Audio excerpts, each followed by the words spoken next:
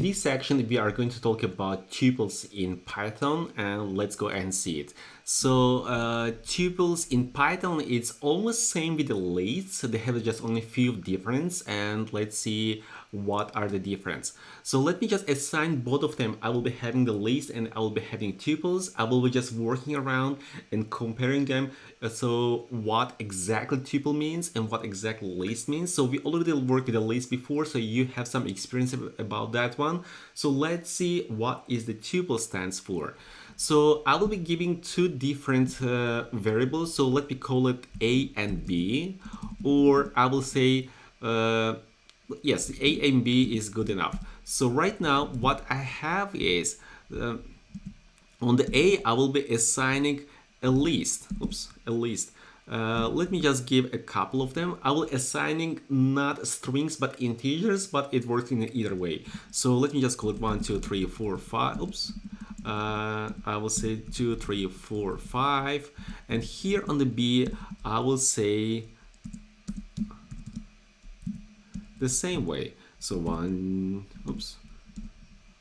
2, 3, 4, 5. So right now it looks like exactly the same. I have a variable A, I have a variable B. The only thing, the difference in whenever I use the list, I need to use the brackets, and whenever I use the tuples, I need to use the parentheses. Here is the biggest change, the biggest difference between tuples and the list.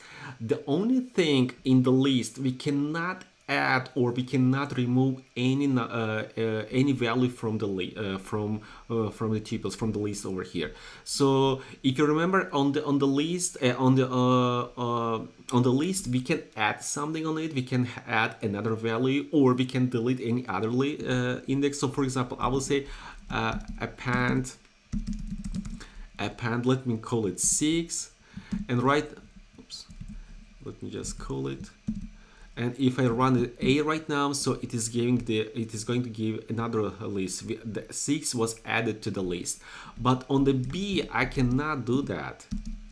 You see, so let me just put the 6 over here. It is going to say it. There is no function of that one. So even if I click on A, so you see it is going to give me a couple options. So I will just get a little bit up so you can see clearly what is going on. So you will see I assigned A to the list. I have a couple options, couple functions to work with A. What about B? Whenever we talk about B, there's only 2 of them. So it's much more less. So in which cases we are using the tuples? So later on, whenever we're gonna talk about data science, whenever you make a huge set of data, and whenever you just give this data to somebody else and want to make sure that it's not be changed by anybody else, so the tuples is recommended to make it. And let's see what these, so you see we have 2 different functions only, which is easy. And let's see what is the count stands for and what is the index is.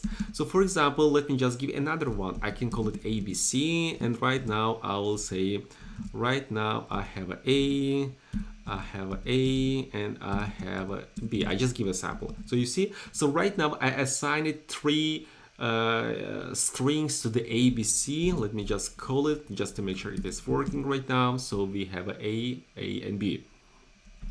So right now if I say ABC count, and I want to count how many A's are inside, and it will tell me 2 right now. You see, that is one of the functions of the tuples. So it is counting how many A's I have inside. So imagine that you have a huge data, and some data are repeated, and you want to count them. And another one, you can say that ABC. You see, we have the second one, which is index. Right now, I will call it A. So it is going to give, so right now we have 2 locations of A. It's located on the 0 and also located on the index 1, but the index is going to recall the very first index of given value over here. So that's all about tuples. In later on, when we going to talk about the data science, work with the data science, we will not use that much tuples, but just in case, keep in mind the tuples are available.